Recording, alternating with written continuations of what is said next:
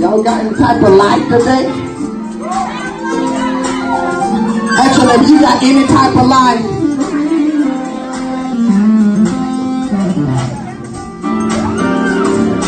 you know I will do a funeral for the Lolos.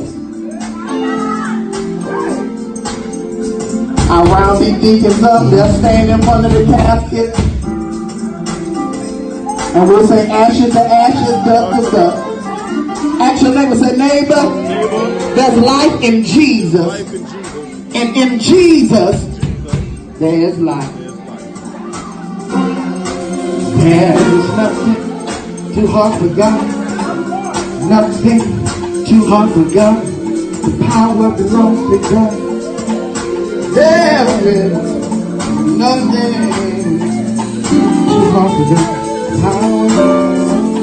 Lift those hands and praise the Lord and open up your mouth and worship Him. Come on. Come on, His presence is here. All He needs is willing people.